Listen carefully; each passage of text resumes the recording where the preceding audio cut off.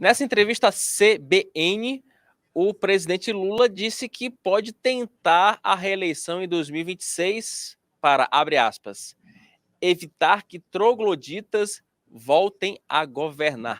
Fecha aspas. Matheus, coloca por gentileza esse trecho da entrevista do presidente Lula.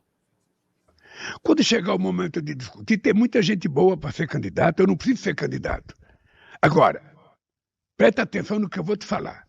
Se for necessário ser candidato, para evitar que os trogloditas que governarem esse país voltem a governar, pode ficar certo que os meus 80 anos virará em 40 e eu poderei ser candidato.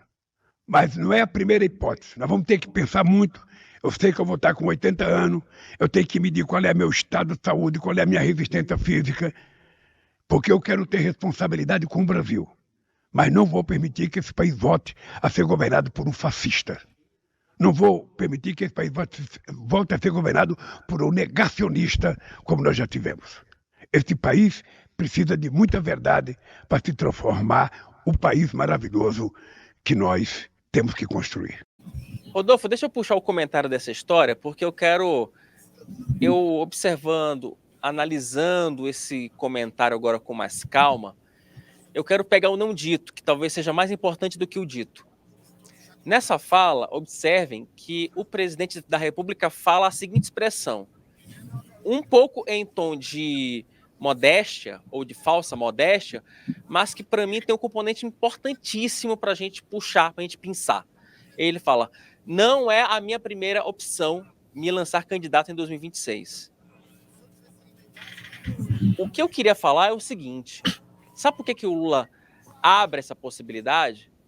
É porque o que vai definir a candidatura dele para 26 não é o candidato que vai estar lá do outro lado, é pesquisa. Ele sabe, o presidente da República sabe que o cenário não é nada bom para ele em 26.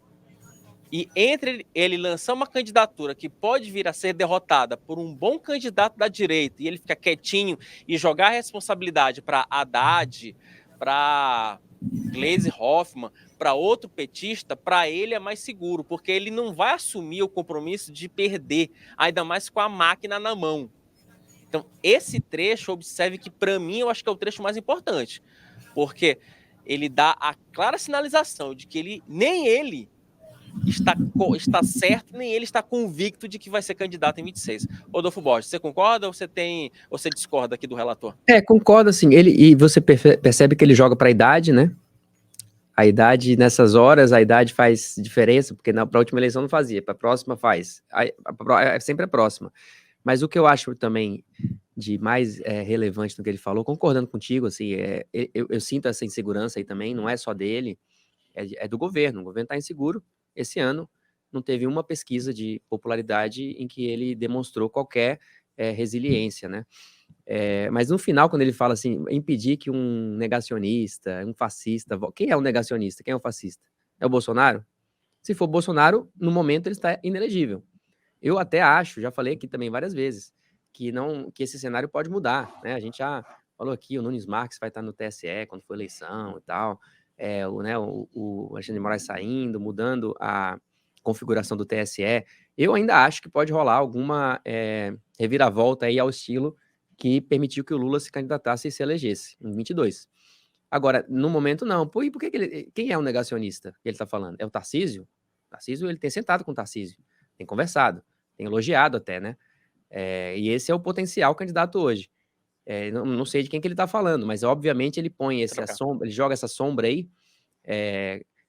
Obviamente ele está se referindo ao Bolsonaro, mas no momento o Bolsonaro não está no páreo, né? E tem um detalhe, né, Rodolfo? E coadunando aquilo que você falava agora há pouco, o Lula, quando faz essa referência a um troglodita, a um fascista, né? Ele sabe que a chance de vitória dele virá se o TSE tirar o Bolsonaro da inelegibilidade.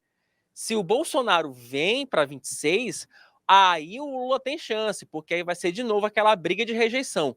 Qual é o candidato mais rejeitado? Se é o Bolsonaro após uma folga de 4 anos ou se é o Lula com a máquina do Palácio do Planalto na mão. Então, assim, ele sabe, porque se for num cenário com Tarcísio de Freitas, o Lula perde.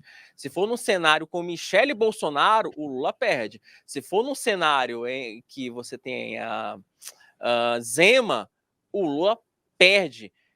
É provável até que em um cenário com Caiado, o Lula vai ter grandes problemas para ser reeleito. Então, assim, ele sabe que para que ele se mantenha vivo numa disputa presidencial, ele depende do Jair Bolsonaro. Então, essa frase, para mim, é do tipo... Sabe aquele meme da internet? E aí, Tino, sentiu?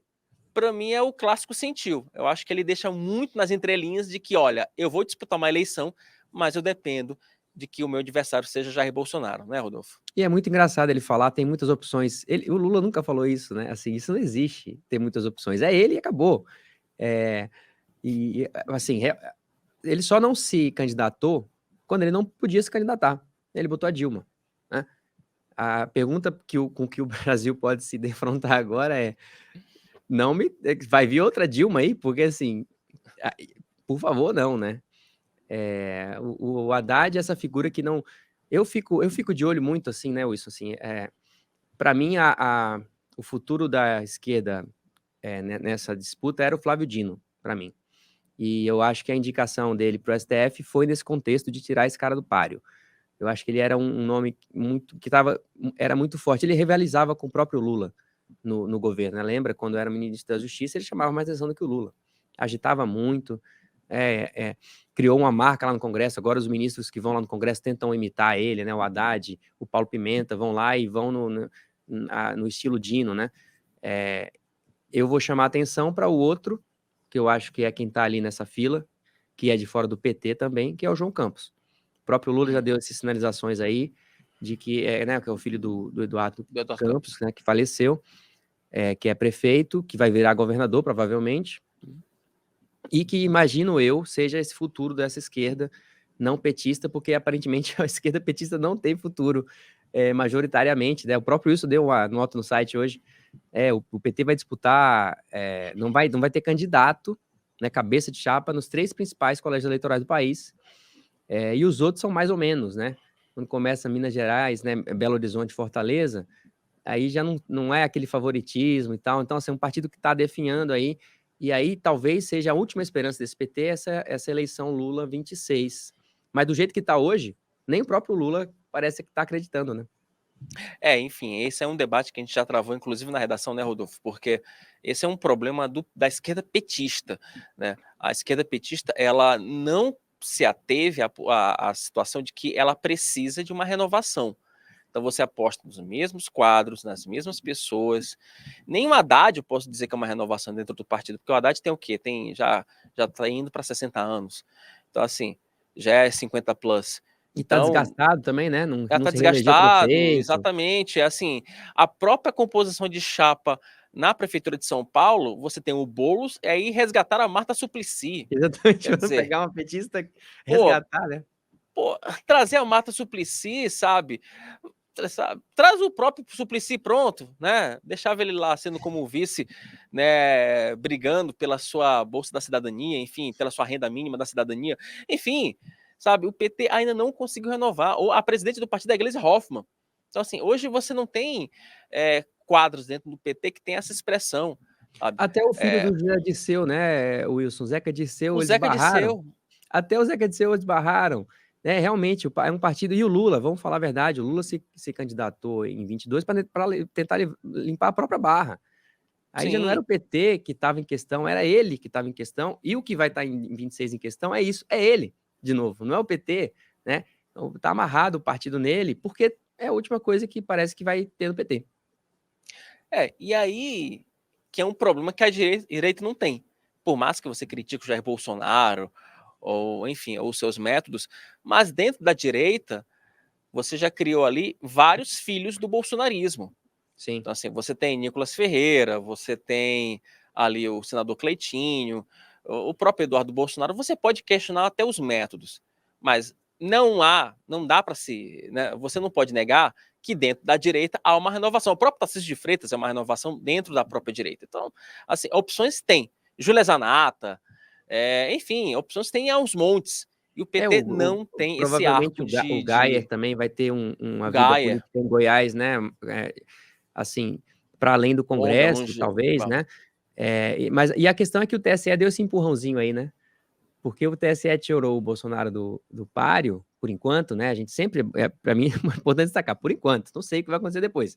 Mas ele tirando, né, a elegibilidade do Bolsonaro, aí ele deixou florescer, né, em volta do Bolsonaro. E o Lula não, o Lula tá aí segurando até agora.